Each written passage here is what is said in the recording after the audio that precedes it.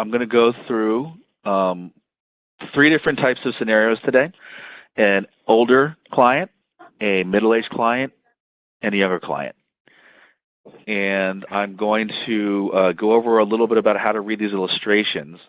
But as most of you guys are similar to me, we all started off somewhere in the insurance business selling insurance, and we've gotten distracted from that by a lot of different types of scenarios, AUM, annuities, college planning, group benefits, whatever it is that we do. We got distracted from the insurance, and we've forgotten a little bit about it. So hopefully this will be a good refresher for you guys.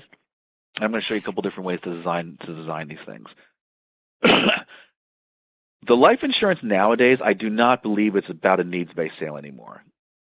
So we were all taught the financial needs analysis, right? You need insurance because if you die, your family is going to become destitute, and it was a little bit of a scare sale and purely a needs-based sale. And then it shifted. Back in the 90s, the life insurance needs-based sale shifted over to the greed, what we call the greed-based sale. And the greed-based sale was showing people illustrations of earning 12% a year. And of course, that wasn't sustainable and it didn't really end up happening. And then people started selling term insurance, and then now it's come back around with different types of universal life, even fixed index universal life, and we're kind of going back to product-based sales. And I just kind of want to get you guys off of all that stuff and start thinking about, in general terms, what is likely to happen to your clients. So let's start off with I know some of you guys want to. I actually put an older person up here. I'm going to get a younger person. What is likely to happen to your clients, right? Here's a younger person. Well, in general terms, what I would say to you is your clients are going to go through their lives and they're going to save money, and there's only a few things that can really derail, a decently laid out plan. And we're talking about like a death or a disability or a massive lawsuit or something like that. Those so seldom happen. So we're not telling people, hey, you want to buy insurance because we're trying to protect you from a premature death or a disability or a lawsuit or whatever else that they're talking about. Those are so unlikely to happen. So I'm getting a little bit of feedback in my ear. If you guys could mute your phones, if you're not muted, just please mute them so I don't get that feedback. I would really appreciate it. Thanks. But what is likely to happen is your client is likely to reach retirement age. And one of the first things that a client realizes when they reach retirement age is they say, holy cow, all my money is taxable, right? And so insurance can be one of those areas where we can diversify into something that's non-taxable. It's also one of those things where the tax code hasn't really ever changed on these things. I'm showing you an example of a 28-year-old right now, and this is just a limited pay. And this isn't necessarily what I'm recommending, but this is just one variation that a lot of people aren't necessarily aware of, where you can start building up some tax-free cash. And this client's 28 years old, right? And so, again, we're not saying, hey, you need insurance. Let's assume this person is a single person, and this person's maxing out their 401k. They're putting in $20,000 a year or $18,000 a year into their 401k. And we're saying, hey, you can continue to do that, and you can build up money, but when you retire, it's all going to be one taxable lump. Oh, and by the way, if the government wants to change the rules on us and tax us more or penalize us or make us wait longer, there's nothing we can do about it. So we are sort of stashing the majority of our money away into a government-controlled account where the rules are not up to us. And for most of our clients, they go through life, if you start in your 20s, and they have other things that come up before retirement they need money for. Maybe they want to buy money. Maybe they need money to buy a house. Maybe they need money to put kids through school.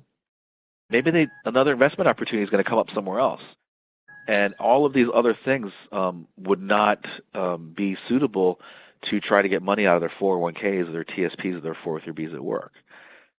So in this case, let's say a guy's 28 years old and he's not married, has no kids, and we say, look, you got some money sitting around in cash, you got $20,000 in savings, you're going to pay off some credit cards, you're going to pay off some student loans, or you're maxing out your other account. Well, why don't we look at something that just puts about $600 a month, maybe $650 a month into somewhere, just like a Roth, right? This is sort of be the Roth alternative, but it's completely tax-free forever. And it's not just tax-free to you. If you get married, it's tax-free to your spouse. And if you have kids, it's tax-free to them too. Oh, and by the way, you don't have to pay on it forever. right? You can stop paying on it at a certain point.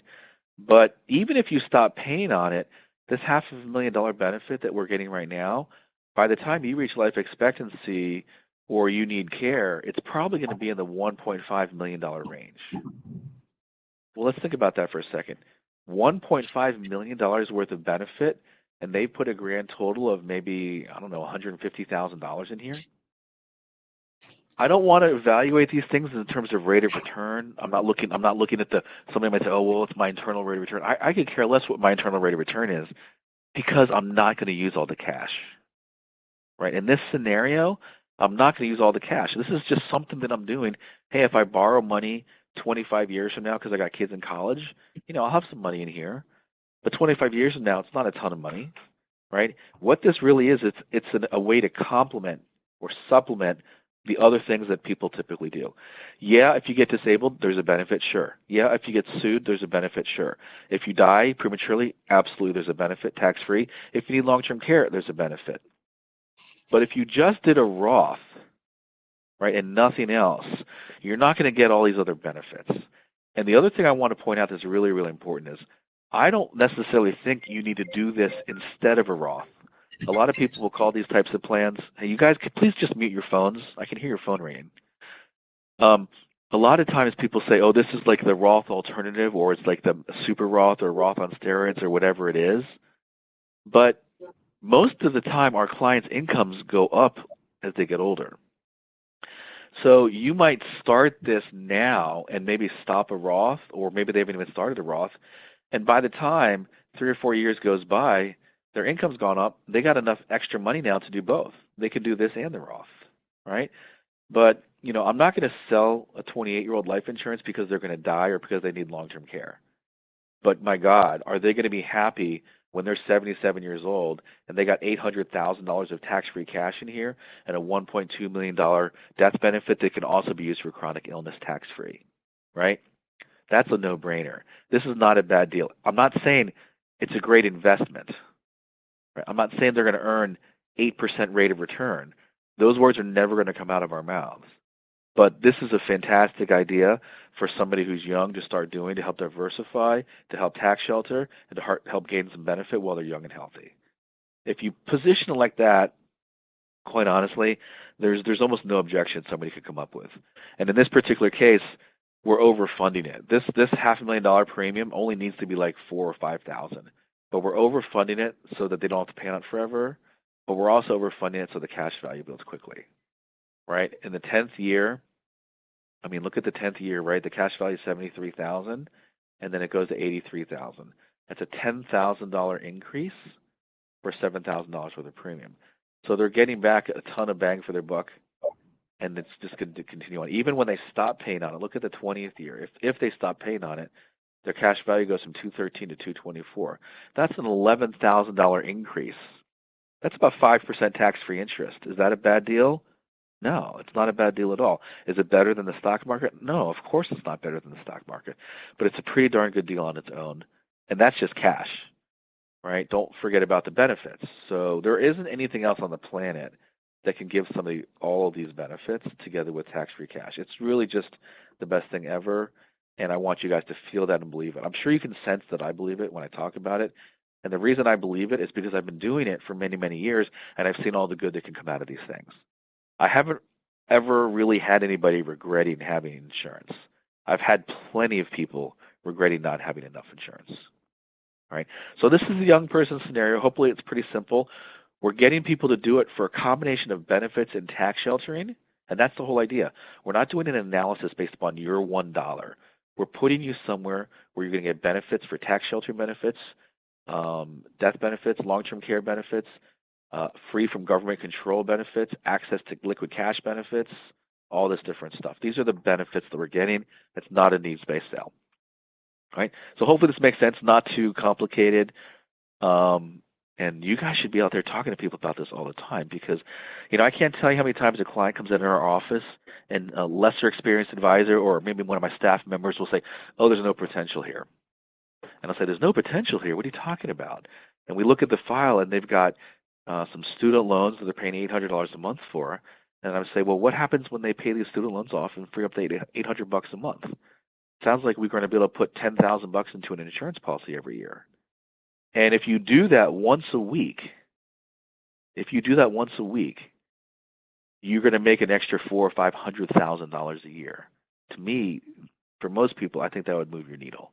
Our goal is to do one of these in our office. Our goal is to do one of these every single day, and it's not unusual for us to do it. We're very, it's pretty common for us to submit a new case on a diversion of 401k money for the overmatch, or pay a car loan off, pay a credit card off, and then free up some money, or even flat tax. I've got a client. I'll just show you one other example. I've got a client that inherited a bunch of stock from their parents. The stock is super volatile, and I said to them, you're going to keep the stock, and the stock is going to make you money over time. But let's take a look at the stock. This client of mine actually inherited like $850,000 worth of stock, and they were still in their late 20s when this happened. And I said, well, rather than just keeping all your eggs in this one stock basket, let's just take a little bit of money out every year and let's put it to something where it's going to be tax sheltered, where the government can't mess with it, right? And that's the simple transition. So let's just say we do let's just say we do $35,000 a year. $35,000 a year can get a pretty daggone juicy policy on a young person, right? So over 20 years, there's $35,000 a year. They're still going to have $1 million worth of stock. But now on top of that, they're going to have an insurance policy that does all these other things that they want to do. And if the stock earns 10%, great. Now they're going to have $3 million worth of stock, but they're still going to have this other diversification that they really want to have. So I think I have got actually an example that might be closer to this one. Pull it up real quick. See here. This is an $85 executive bonus. Okay, cool. Here's one that's not that different. Here's a 28-year-old who's going to be putting in $23,000 a year into this. So let me just do the numbers and I'll show you. This will hopefully make sense. I'll just pare these numbers down. So let's do 23. So let's say they inherited or they have $590,000. I know this is an uncommon scenario. I just want you guys to see how it looks. And then we'll take out our $23,000. And let's do this until the guy, is 60 years old. So here's our $590,000 mutual fund stock portfolio that these guys inherited from their parents or stock options they got, whatever it is. And we're going to take out $23,000 a year. So their account is still going to grow, but it's going to grow very slowly. So by the time 30 years rolls around, they're going to have about $1 million in this non-qualified account. And this $1 million is subject to creditors. It's going to hurt them for college. It's taxable, all this stuff. But on top of this, right, we've been shoveling $23,000 into somewhere where it's tax sheltered, and that is going to look like this. So this is a $23,000 insurance policy. After 30 years, you got another $1.4 million, but this is tax-free. So you got $2.4 million total, but 60-70% of it is in tax-free. Oh, and by the way, you went through your entire sort of lifetime here with a $4 million death benefit slash long-term care chronic illness policy. The 28-year-old isn't going to care about this, but the 57-year-old will care. So we're really killing a lot of birds with the same stone, and we're positioning them to be in a better place later on in life. We don't have to even tell them this. I don't think a 28-year-old is excited to buy $1 million life insurance policy, but a 57-year-old is super excited about having a $4 million life insurance policy that they don't have to pay on. That's the difference, right? This $1.4 million is going to be growing in this scenario. They're putting in 23, and it's growing by $100,000 that year. $100,000, tax-free, and they have this $4 million benefit. So we really want to position our clients to be able to do this kind of stuff. Maybe they can't do this much money, but we certainly want to position it so that they have the opportunity to do something. Even if it's just term or a term rider, get them to do it now. Guarantee their insurability, right? So they have these options down the road. I had a client just came in the other day. Just mute your phones, please. I mean, seriously, just mute your phone. Thank you. I had a client that just came in the other day. We were going to do some insurance on he and his wife. He got declined for insurance. His wife got approved. They ended up traveling for like 6 months. And when they came back, he literally came in last week, and he said to me, I really wish we had done that insurance before we left because my wife is starting to get memory loss. And I said, is this a diagnosed problem? Have you seen a doctor? He's like, yeah, they're going to diagnose her with some kind of early onset Alzheimer's or dementia. and I'm really bummed out about it. And I'm thinking to myself, this person's now uninsurable for the rest of her life, and I didn't do a good job getting them to put something in place so that that option was never taken away from them. So I really say, we need to motivate people to do something, and if we try really hard, they still say no, then it's on them. But if we never even gave them the opportunity to do it, then it's on us. Okay, so this is sort of the thing that, we just have to remember when we're sitting in front of clients. Insurance, to some people, the problem with insurance comes from us. I can't tell you how many advisors that I've had that have said, well, why would they want to do insurance? And of course they're not going to want to do insurance if you don't believe in it. But the reason why a lot of us don't believe in it is because we've just forgotten what it does. We've gotten seduced by rate of return and the stock market and annuities and AUM and other products that we've forgotten what a great deal insurance is. I'm not comparing, and we're never going to compare insurance to the stock market. But man, it compares really amazing against the bond portfolio. It creates a lot of liquidity. It's way better than cash, all these other benefits. It's just a great complement or supplement to whatever else they're doing. There's nobody that's not going to say, "Oh, well, I don't ever need to leave any money diversified into some areas that are not in the stock market." Everybody needs to, and this is really the best place to put it. Here's an old school illustration I wanted to show you guys, just to remind you also about executive bonus plans.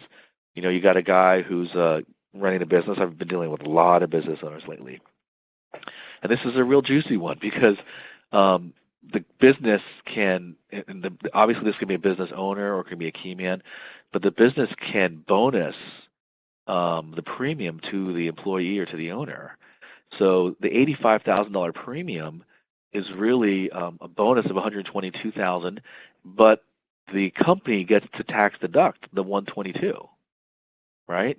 So they bonus the $122 to the employee. The employee pays taxes, right? And the company gets to tax deduct that. And let's say they just want to do this for 20 years. They pay it up until age 65, right? Look at how great this is. This is a $2.2 million policy, cash value, with a $4 million policy. And this cash value is growing by $100,000 a year without them putting any money in, right? So I will be able to withdraw probably $150,000 a year tax-free from this insurance policy when this guy retires. $150,000 tax-free forever with a benefit, right? It's roughly the equivalent of them having $3.5 million in their retirement account, which is still, again, subject to government control, subject to RMDs. There's no death benefit protection along the way, no chronic illness long-term care protection. I mean, this thing just becomes a cash cow for them. If they didn't need the money, obviously it would grow to $6 million by the time they're 85, but we want them to use the money. We definitely want them to use the money, but what we do know is they're probably not going to use all the money. So they can get a nice pension. I mean, putting in $85,000 a year and then being able to pull out $150 a year, even if they live to 100, sounds like a pretty darn good deal to me. And it's all tax sheltered. It's not going to change. There's no moving parts here. It's not based on the stock market. Got all this tax-free benefit, long-term care protection, all these different things that are all included in this type of deal. So we got the young person. This is sort of like the middle-aged person, right, who might want to do stuff through their work, or maybe they're getting a ton of cash flow from, we've had people getting oil royalties, agricultural income from rental properties. I mean, there's so many different places where we can redirect money into here that would be much, much better served in here. And this money is completely liquid. Right? If they need the cash for anything when their kids are in college or other places, they can take the money out, put it back in. There's really no downside to most of these types of plans. They don't have to buy a separate long-term care policy. The long-term care benefit on here is an indemnity benefit. It's not a reimbursement benefit. There's all these other things that make this really, really attractive. So we got the young people. We have the older person. Oh yeah, here's the older person. Sorry. This is a real client of ours who had a bunch of cash laying around and some money in their retirement accounts. This person, in this example, let's say they have $1 million in their retirement account. This will be my last example. And they're living off of the $1 million.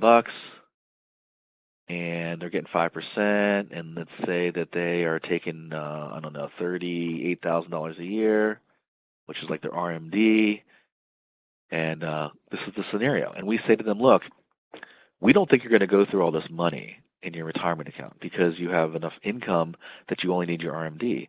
So if you don't spend this money and you live to, 90,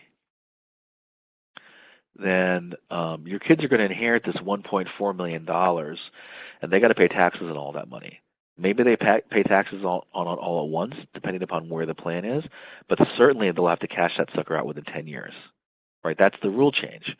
So would you be open to us starting to move some of this taxable IRA money into something tax-free where they're not forced to cash it out, pay taxes on all at once, and if the government wants to change the rules, they're not going to be subject to those rule changes either. And what if we could get you some extra protection, like a premature death? If you died, your wife would have some survivor benefit, or if you needed long-term care, you had some kind of chronic illness, part-time assisted living, or full-time care, I think we could get you some benefits for that as well. So, it's really, if it becomes more complicated than this, it's because we're doing it to ourselves. So here's the client, all right? He plopped in, he actually had some cash. He wanted to plop in $200,000 in cash. The $200,000 in cash became $167,000 of immediate accessible cash. So it's not a whole lot different than the money in the bank. It's maybe 80% of that, but it also comes along with an $800,000 death benefit. So this client's going to shovel in $33,000 a year. And so what we're going to do is we're going to take this 38 and we're going to make it, I don't know, let's say 80. I don't know if this is going to work. Yeah, this is not really going to work. Let's make this $1.2 million. Okay. So in 25 years, they're going to take income out of here to live off of, and they're going to take extra income out of here to fund the insurance. Right? So the insurance is going to come from their retirement account, not from their income, because we don't believe they're going to spend all the money anyway. If they need it, it'll be in the insurance. But let's look at remember, there's $33,000 in here for 25 years that's going into the insurance. So let's take a look at what that does. So 20 years from now, 25 years from now, they have, a $1.2 million and a $1.4 million death benefit. The difference is this is not taxable. Right? So they can take money out of here if they want to help supplement their income when they're much, much, much older. But the likelihood is they're not going to need it. If they do need it, they can take it out. If they die or need long-term care, they'll have $1.4 million for that. So that $1 million, I had to change it to 1.2 just to make the numbers work good. But that $1.2 million IRA is enough to fund an insurance policy to give them benefit for tax-free cash, also to give them income. They're going to still take out their $38,000 or $40,000 a year of income to live off of. And now all we've done is we've converted that $1.4 million IRA into a $1.4 million tax-free insurance policy. So now there is no taxes to the estate. The kids don't have to pay a single nickel. If we can save your kids' taxes on the entire IRA, are you open to that? And that's exactly what this does. So, this hopefully is helpful for you because we're not selling need. We're not selling rate of return. We're not even selling the product. We're selling the idea of tax sheltering with extra benefits. And there really aren't too many people out there that aren't going to want to do this because everybody needs to diversify. Everybody wants to have a choice of where they take their money out in retirement.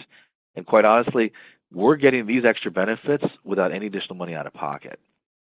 $800,000, $1 million, 1.4. We're not taking any money out of people's income typically. We're just re-engineering where their cash flows are going to better serve their retirement needs and their estate planning needs. So very different scenarios. This is the retirement scenario. We showed you the executive bonus scenario. We showed you the young person scenario. Even if they can only muster $300 a month, I just remember all over town I'd be running around getting people to put $300 a month into an insurance policy 25 years ago. Those policies are just kicking butt today. And nobody regrets them. They all say, God, I wish when I was younger I could have done more because they would have so much more benefit and so much more tax-free cash. So hopefully that was a helpful sort of refresher for a lot of you guys, but not too much discussion here about whether you're married or not or whether you need insurance or not. It's all about benefit, and it's just a tremendous benefit for these guys.